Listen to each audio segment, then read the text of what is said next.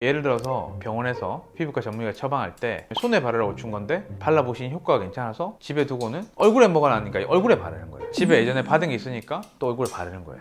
얼굴 같은 경우에는 홍조가 심해지고 튼살이 생길 수도 있고 여드름을 악화시키거나 없던 여드름이 생길 수도 있고 생리불순이 생긴다든지 호르몬의 변화가 생긴다든지 여러 가지 부작용이 생길 수 있어요. 정말 드물지만 당뇨라든지 이런 것들도 영향을 좀 줄 수 있다고 되어 있거든요.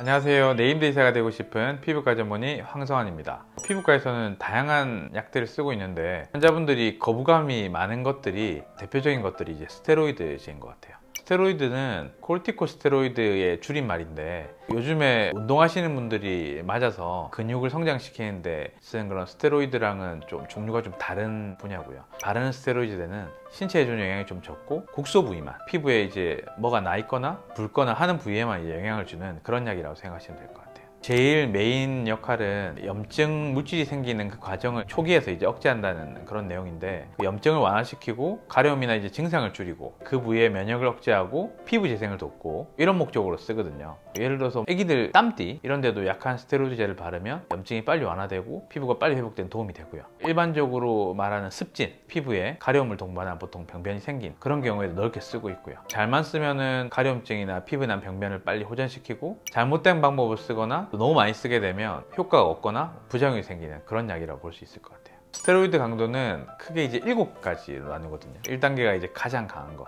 손이나 발이나 두피같이 피부가 두꺼운 데 바르고, 가장 약한 것이 7단계, 피부가 얇은 부위에 바르죠. 얼굴이라든지 목이라든지 피부가 접히는 부위가 또 피부가 얇기도 하고 흡수가 빠르거든요. 얼굴이나 목, 겨드랑이, 사타구니 이런 부위에는 너무 강한 걸 바르게 되면 부작용이 생길 수가 있어요.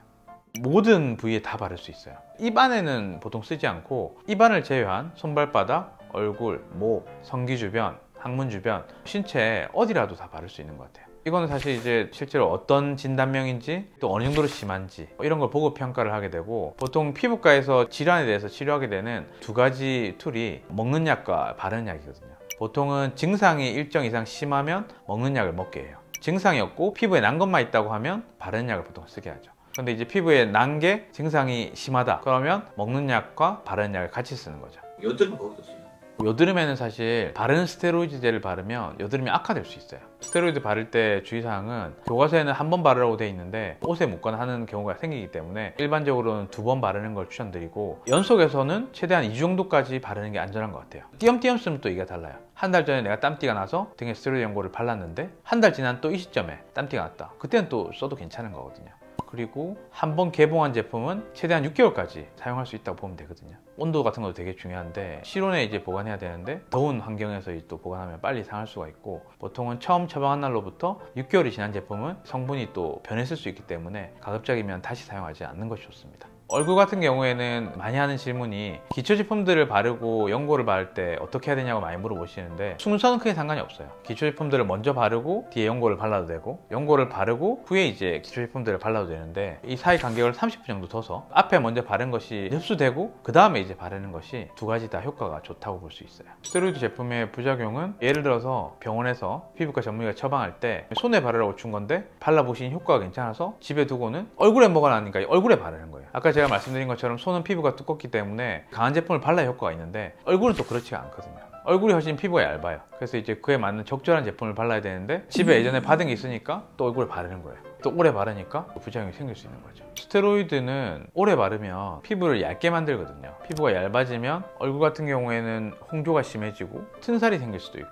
여드름을 악화시키거나 없던 여드름이 생길 수도 있고, 국소적인 부작용뿐만 아니고 전신적인 부작용, 생리불순이 생긴다든지 호르몬의 변화가 생긴다든지 여러 가지 부작용이 생길 수 있어요. 정말 드물지만 당뇨라든지 이런 것들도 영향을 좀 줄 수 있다고 되어 있거든요. 썼는데도 효과가 없다고 오시는 분들이 있거든요. 제가 봤을 때는 적절하게 쓰면 좋아질 수 있는 정도의 병변이고 진단명인데도 손과 발바닥 같이 강한 제품을 발라야 되는데 약한 제품을 발라서 효과가 없다고 하시거나 1-2주 정도는 발라야지 효과를 낼 수 있는데 하루 이틀 발라보고는 효과가 없다고 생각하시는 거죠. 그런 경우도 많이 보기 때문에 적절한 부위에 제대로 된 제품을 충분히 바르고, 일주일 연속해서 발랐는데 효과가 없다면 바르는 것만으로 할 수 없는 상태인 거예요. 그때는 먹는 약을 쓴다든지 다른 치료를 고려해야 되겠죠. 스테로이드는 적절한 위치에 쓰면 정말 명약이지만 잘못 쓰면 얼굴 같은 경우에는 홍조가 생긴다면 중단한다고 해서 그 홍조가 없어지지 않아요. 그때는 또 홍조에 대한 치료를 따로 해야 되는 것이거든요. 오늘은 스테로이드 바르는 제품 내용을 얘기했는데요. 다음번에 또 궁금한 내용 있으시면 댓글 달아주시면 답변 드릴 거고요. 다음번에 또 더 알찬 내용으로 찾아뵙겠습니다. 감사합니다.